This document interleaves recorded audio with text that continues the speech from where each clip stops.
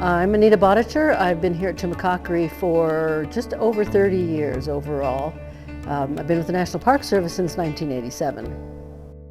Tumacacori was one of the early national monuments to be created. It became a national monument in 1908. It didn't become a national historical park, which it currently is, until 1990. And that was after the addition of two other mission sites. This primary unit here is the Tumacacori Mission Unit, and it was the original. And then in 1990, the Calabasas and Guavavi missions were added. And at that point, Congress voted and made it a National Historical Park. The history that we protect here has to do with the O'odham people who lived here, and then the mission that developed here for the O'odham people.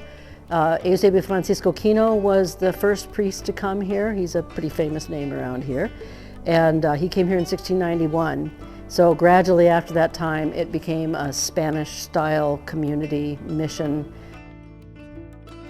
The unique things to see here are this church that we're standing in. This is the original piece that was set aside, a big obvious church in the middle of the wilderness, was set aside as a national monument on a small piece of land. Over time, we've added a mile of riparian area, and that is an extremely precious resource down here in the desert. So that mesquite bosque and the riparian area, and the Anza Trail, Juan Bautista de Anza National Historical Trail, that runs through that area. So people are a bit surprised when they come here and find the variety of things there are to do here. When you come and visit the park, you can get a self-guided tour of this church and grounds area, sort of the primary core area of the mission community, and can wander and see the orchard. We have a garden area. We have a trail that goes down to the Santa Cruz River to enjoy that riparian environment, and that connects up with the Anza Trail, and you can walk for miles in either direction. We have usually a pretty extensive schedule of events and programs and tours and things. We do have occasionally something that requires a reservation. One of those is the tour to go to those other two missions that were added to the park, Calabasas and Guavavi, because they are not nearby. We have to put people in a van or a car caravan and take them down there. So those do require a reservation. We have a variety of different cultural demonstrators, but they're all somehow connected to the cultures that have been here at Tumacacori.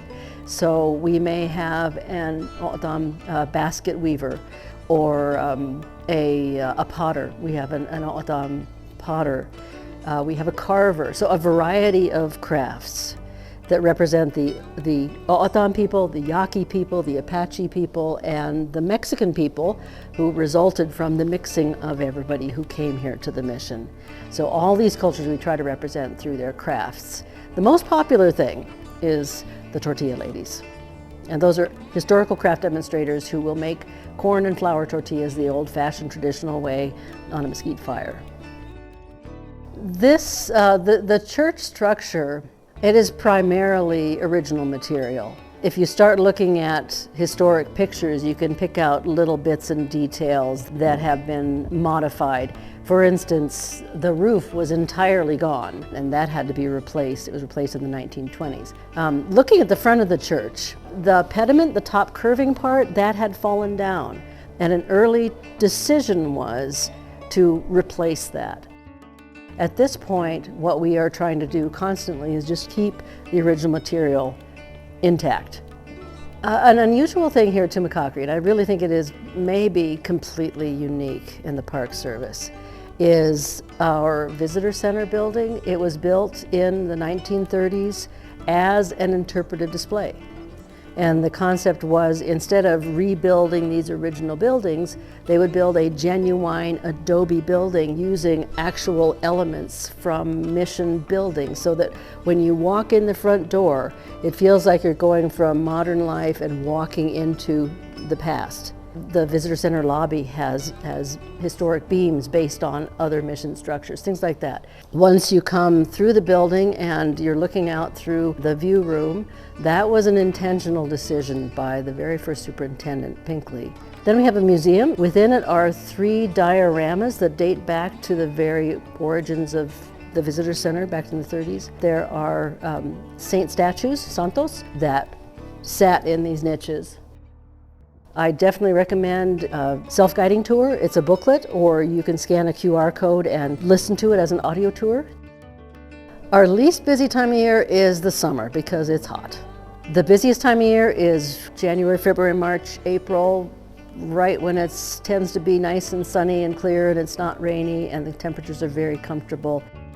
We're about an hour's drive south of Tucson, and just 3 miles up the road is the little art and history community of Tubac, and there is a state park there, and all the way from Tubac down to Tumacacori there are interesting things and restaurants to stop in at.